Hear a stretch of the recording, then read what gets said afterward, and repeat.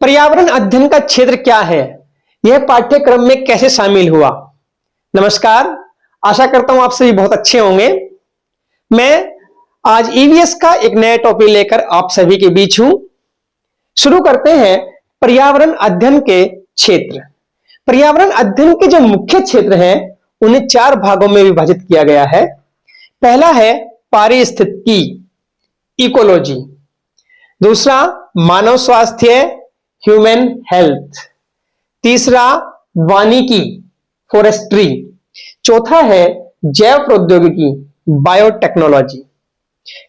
पारिस्थितिकी अर्थात इकोलॉजी जीव और उसके वातावरण के आपसी संबंध का अध्ययन करता है। पारिस्थितिकी के 2 विषय सबसे ज्यादा महत्वपूर्ण हैं और वह है जनसंख्या और प्रदूषण। वर्तमान में संपूर्ण पर्यावरण इन 2 चीजों पर ही केंद्रित है, जनसंख्या पर और प्रदूषण पर। दूसरा क्षेत्र है मानव स्वास्थ्य, ह्यूमन हेल्थ। मानव स्वास्थ्य और पर्यावरण का घनिष्ठ संबंध है। पर्यावरण में कुछ भी परिवर्तन हो जाए तो उससे सीधा सीधा मनुष्य का स्वास्थ्य प्रभावित होता है।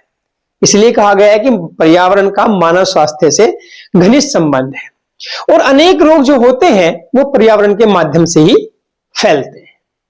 नेक्स्ट है वानिकी, फॉरेस्ट्री। वनों के प्राकृतिक समूह को, वृक्षों के प्राकृतिक समूह को वन कहते हैं और वनों का प्रबंधन वानिकी यानी फॉरेस्ट्री कहलाता है। क्योंकि वन हमारे लिए बहुत महत्वपूर्ण है, इसलिए वृक्षों को जो है हरे सोने की संज्ञा दी गई है। वृक्षों के महत्व को देखते ही श्री के मुंशी जी ने 1950 में 1950 में वन महोत्सव की शुरुआत की थी। वनों के संरक्षण के लिए सुंदरलाल बहुगुणा जी ने चिपको आंदोलन चलाया था, जिसका नारा था लकड़ी, पानी और बयार, ये हैं जंगल के उपकार।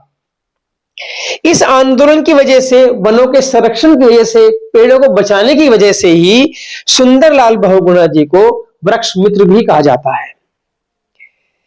वनों के संरक्षण के लिए ही पर्यावरण वन मंत्रालय का सृजन किया गया 17 सितंबर 1985 में, 17 सितंबर 1985 में। नेक्स्ट इसका क्षेत्र है जैव प्रौद्योगिकी, जिसे आप बायोटेक्नोलॉजी के नाम से जानते हैं। वर्तमान जो युग है वो बायोटेक्नोलॉजी का ही युग है और ये बायोटेक्नोलॉजी पर्यावरण प्रदूषण को कम करने में सहायक है, यानी इको फ्रेंडली जिसे आप कहते हैं ना, वो यही है बायोटेक्नोलॉजी। अब देखते हैं ये पाठ्यक्रम में शामिल कैसे हुआ। एनसीएफ 2005 नेशनल करिकुलम फ्रेमवर्क, राष्ट्रीय पाठ्यचर्या रूपरेखा 2005 ने पर्यावरण को एक विषय के रूप में बच्चों को पढ़ाए जाने के लिए शामिल करने का सुझाव दिया। उनका कहना था कि बच्चों के स्कूली जीवन को बाहरी जीवन से जोड़ना चाहिए। एनसीएफ 2005 के अनुसार कक्षा 1 व 2 में पर्यावरण को एक अलग विषय के रूप में नहीं पढ़ाना है। इसमें जो पर्यावरण पढ़ाया जाएगा कक्षा 1 व 2 में, वह भाषा और गणित के माध्यम से ही पढ़ाया जाएगा। कक्षा 3, 4 और 5 में पर्यावरण को एक अलग विषय के रूप में पढ़ाया जाएगा और उसमें क्या क्या चीजें शामिल होंगी। पर्यावरण अध्ययन में विज्ञान, सामाजिक विज्ञान और पर्यावरण, मतलब साइंस, एसएसटी या एसएससी और एनवायरनमेंट, ये सब टॉपिक उसके अंदर शामिल होंगे। एनसीएफ 2005 ने कक्षा 3, 4, 5 के ईवीएस पाठ्यक्रम को 6 थीम्स में डिवाइड किया है, 6 थीमों में डिवाइड किया है। वो 6 थीम है। पहली है परिवार एवं मित्र, दूसरी है भोजन, तीसरी जल, चौथा आवास, 5वीं यात्रा, छठा है हम चीजें कैसे बनाते हैं। फर्स्ट थीम है परिवार व मित्र और इसका पहला घटक है परिवार। आकार के आधार पर मनुष्य के परिवार को 2 भागों में बांटा गया है, एकल परिवार जिसे न्यूक्लियर फैमिली कहते हैं, संयुक्त परिवार जिसे जॉइंट फैमिली कहा जाता है। एकल परिवार में पेरेंट्स और चिल्ड्रन, माता पिता और बच्चे होते हैं। जॉइंट फैमिली में दादा दादी, चाचा चाची, माता पिता, ताऊ ताई, बुआ और उनके बच्चे होते हैं। एकल परिवार के कुछ गुण हैं, कुछ दोष हैं, उन्हें भी जान लेते हैं। एकल परिवार में के गुण जो हैं उसमें सदस्य अधिक आत्मनिर्भर होते हैं, व्यक्तित्व के विकास करने के अवसर ज्यादा मिलते हैं, सभी सदस्यों को शिक्षा के समान अवसर प्राप्त होते हैं और पारिवारिक कलह की संभावना कम होती है और आर्थिक परेशानी का सामना नहीं करना पड़ता क्योंकि परिवार छोटा होता है। अब जहां ये फायदे हैं तो एकल परिवार के दोष भी हैं। अब क्या होता है कि एकल परिवार में बच्चों की देखभाल उचित ढंग से नहीं हो पाती। मान लीजिए माता और पिता दोनों ही सर्विस करते हैं, समस्या ये कि बच्चों का पालन पोषण सही से नहीं होता, उनकी देखभाल उचित तरीके से नहीं होती, आया को छोड़ देते हैं रखने के लिए, तो माता पिता को भूल ही जाते हैं। दूसरा, स्वार्थ की भावना पैदा होती है, क्योंकि सब अकेले अकेले रहते हैं इसलिए अपने अपने स्वार्थ की भावना पैदा हो जाती है। बुरे समय में या कोई और संकट आ जाए तो कोई आर्थिक, शारीरिक और भावनात्मक सहारा नहीं मिलता क्योंकि एकल परिवार है। और पारिवारिक संबंधों की उपेक्षा होती है। जैसे पहले हमारे दो की परिपाटी थी, अब क्या हो गया है, अब एक ही संतान होने लगी है।